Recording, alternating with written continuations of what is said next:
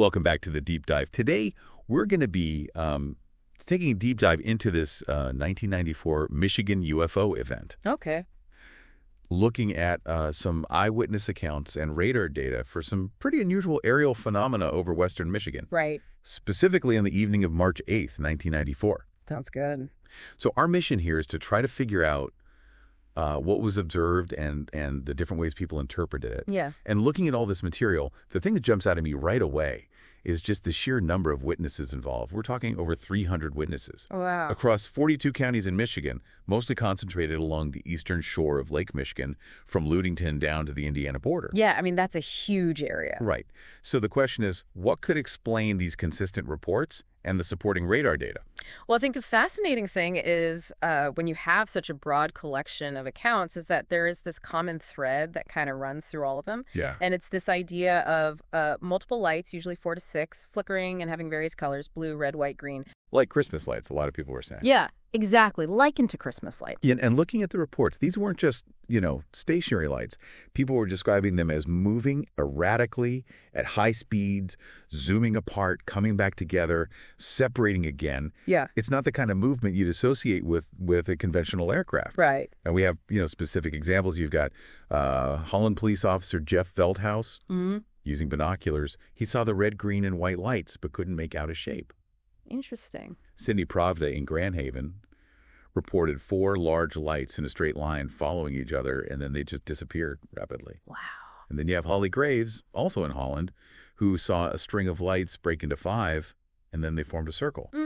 So it's just that the similarity across so many different people who didn't know each other, who are all seeing the same thing, is pretty compelling. Yeah, I mean, I think what really elevates this, though, beyond just visual sightings, right, is this radar data from the National Weather Service in Muskegon. So you have this meteorologist, Jack Bouchon. Right. And he was tracking some very unusual radar blips that night. Yeah, and he was reporting speeds exceeding 2,000 miles per hour.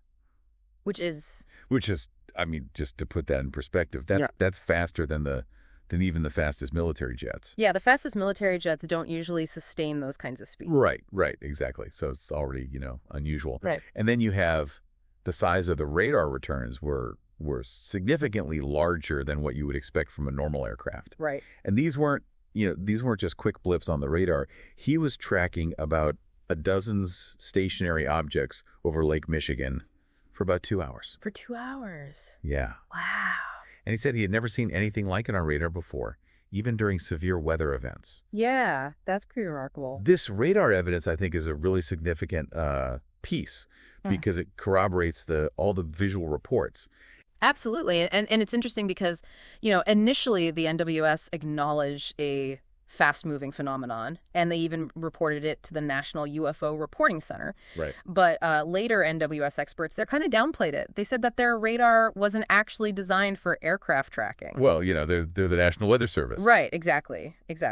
And one official, he hinted at this fairly strong earthly explanation, but he didn't elaborate. And then he pointed vaguely towards the FAA, Right. who notably never publicly commented. So you have that lack of definitive official explanation. Yeah. And it naturally leads to people speculating about other possibilities. What are some of the other theories that have been proposed? Well, you have things ranging from, top secret U.S. aircraft, though, aviation experts have expressed skepticism given the movements and the radar signatures. Right. Yeah, it doesn't really fit. Exactly. You also have this idea of social contagion, right, which draws some parallels to other mass sighting events. Okay. And then, of course, you have the more mundane explanations, Yeah. like small planes, weather phenomena, satellites, things like that. But researchers, particularly MUFON, claim to have ruled out most of those. Yeah, and speaking of MUFON, the Mutual UFO Network, they really seem to take a huge interest in this event. What was their involvement? Well, they reportedly received over 100 UFO reports just in Lower Michigan after March 8th. Wow. And they claim to have investigated and ruled out most earthly causes. And they've really highlighted the widespread nature of these sightings, again, from Ludington down to the Indiana border. And their current position, as far as I know, is that the sightings remain unexplained. So, when we look at all of this, the large number of consistent eyewitnesses, including, a police officer, a meteorologist. These are trained observers. Yeah. We have the corroborating radar data. We have a huge geographical area. I mean, it really suggests that something unusual happened. Right. And I think, the main limitation, of course, is the lack of any undeniable photographic or video evidence. Yeah, somebody just, taking out their phone and taking a video. But exactly, but, nobody did. That's often the case with these sorts of events. Yeah, it's too bad. Yeah.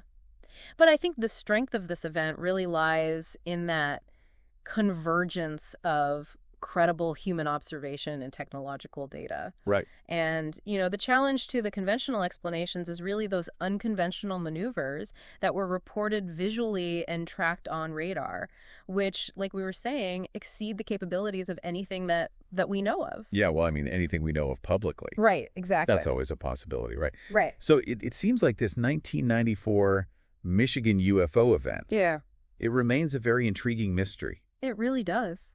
We have a lot of compelling evidence pointing to something extraordinary happening. But the absence of that definitive visual proof, it keeps the debate alive. Absolutely. And, it makes you think, like, what would it take, right? What kind of evidence would we need to see to truly say, okay, this is something beyond our current understanding? Yeah, that's a great question. What kind of evidence would be necessary to definitively resolve these kinds of mysteries in the future? I think that's something that all of us who are interested in this topic have to continue to grapple with. Yeah, I think you're right. I think you're absolutely right. Well, that's all the time we have for today, so I really appreciate you taking this deep dive with me. Yeah, it was great talking with you. And we'll see you next time on The Deep Dive. See you later.